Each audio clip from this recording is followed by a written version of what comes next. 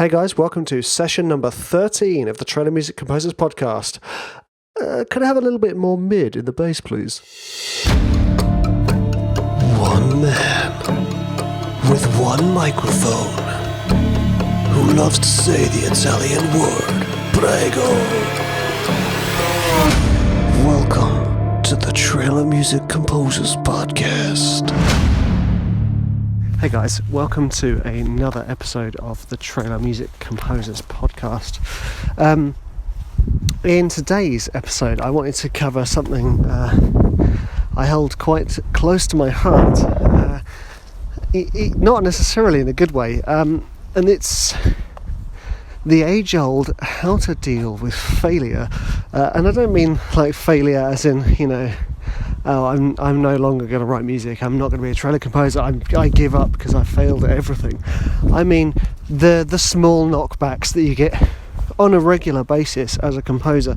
Well, I do anyway. And they take the form of submitting a demo that the publisher or whoever it is you send to doesn't like, and all the way through the scale up to you working on a custom job for a trailer, and you get all the way to the very end, and the finish line is in sight and the trailer falls through or has a complete 180, which is sadly very common.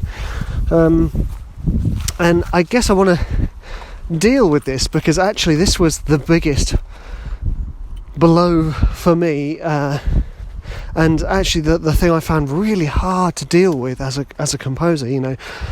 My career obviously started without sounding seedy, in my bedroom, playing guitar, writing music, and my harshest critic was myself, which admittedly at the time was quite a mean critic, but all I dealt with was I would write a piece of music and be like, great, let's write some more. Great, let's write some more. Great, let's write some more. Occasionally, I'd bring my mum in and she'd be like, you're the best composer ever. And I'd be like, you're just saying that, you're my mum, you meant to say that.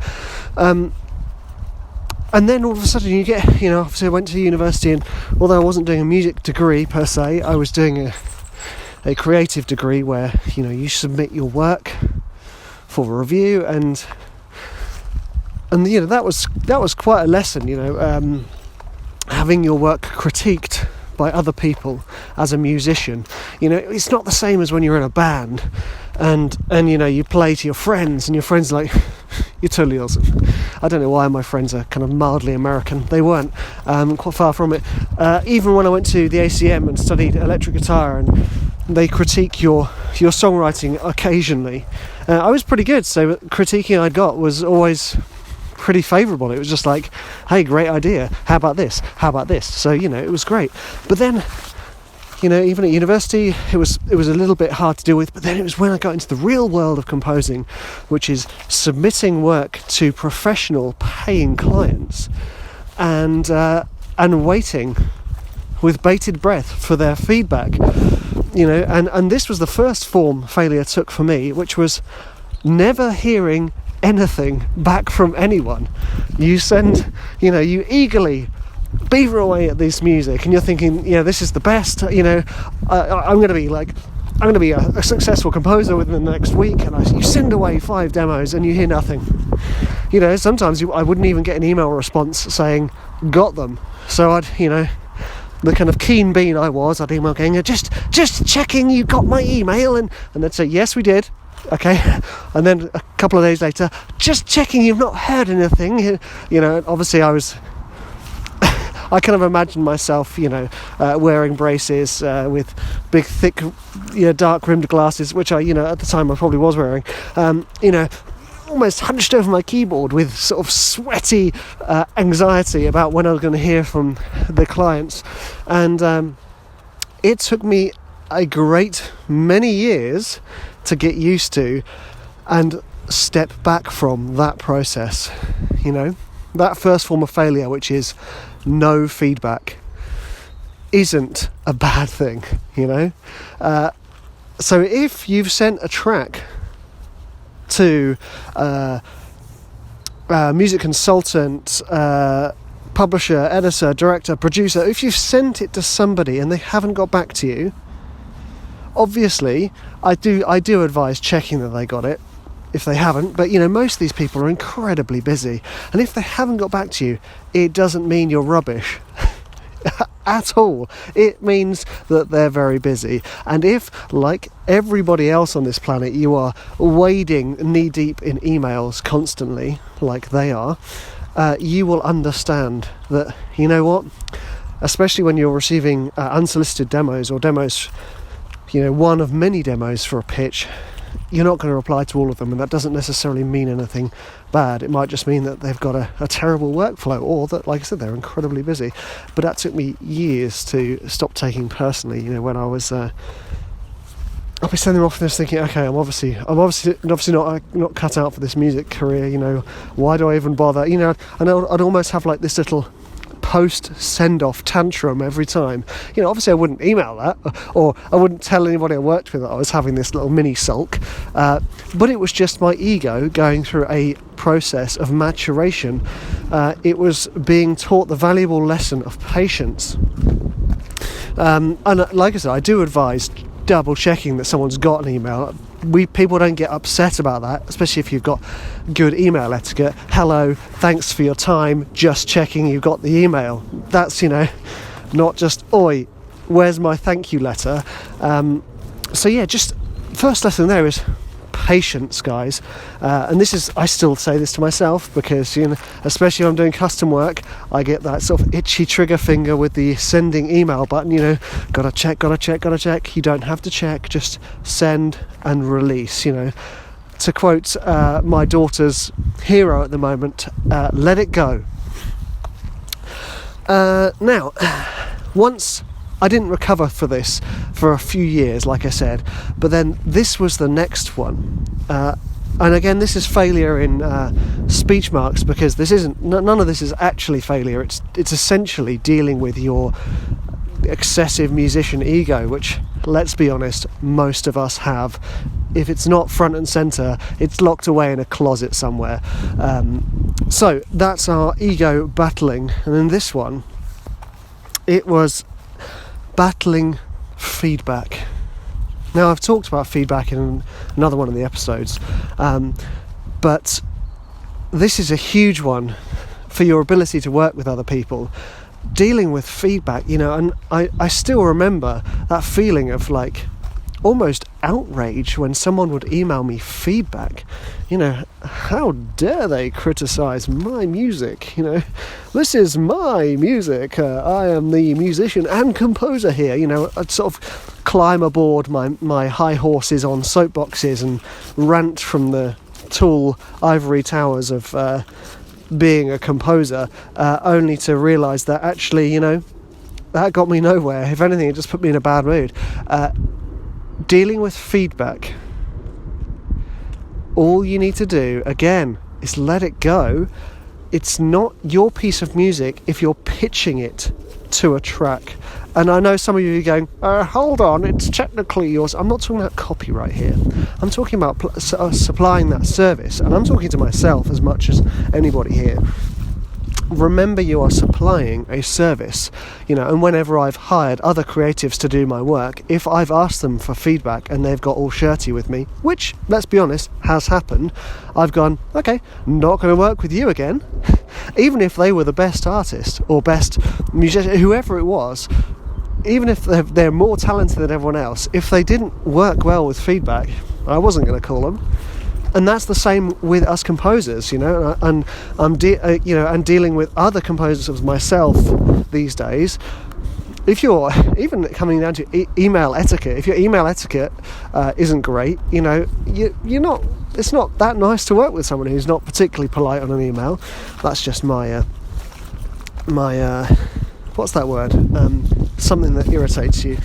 But anyway, that aside, if you can't deal with feedback and can't respond to the feedback positively, and I don't mean that like emailing back going, no, I'm not changing this, as in actually not making the changes that were requested, then you're not really dealing with the situation, you're avoiding it. The situation is you're supplying a piece of music. Yes, Richard, that's me too. And you need to listen to what is being said without emotion and without that ego.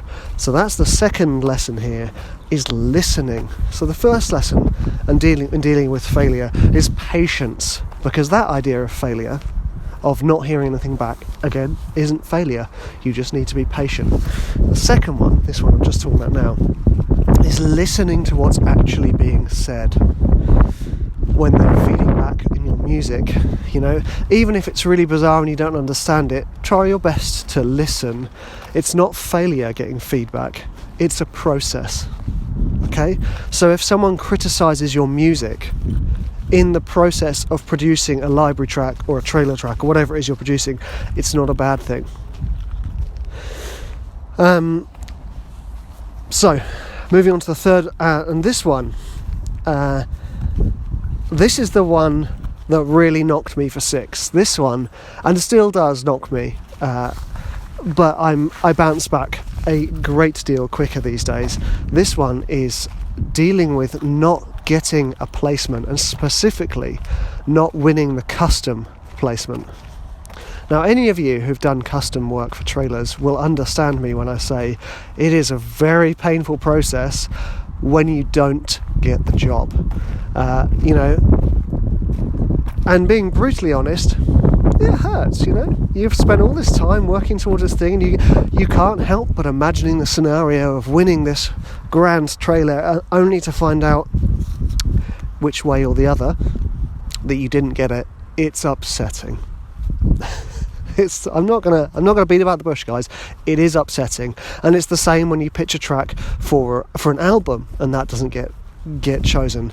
I feel that's not quite as bad, because when you're pitching for a custom for a trailer, you're working with the editor, the supervisor, whoever it is that you're dealing with, directly on the trailer.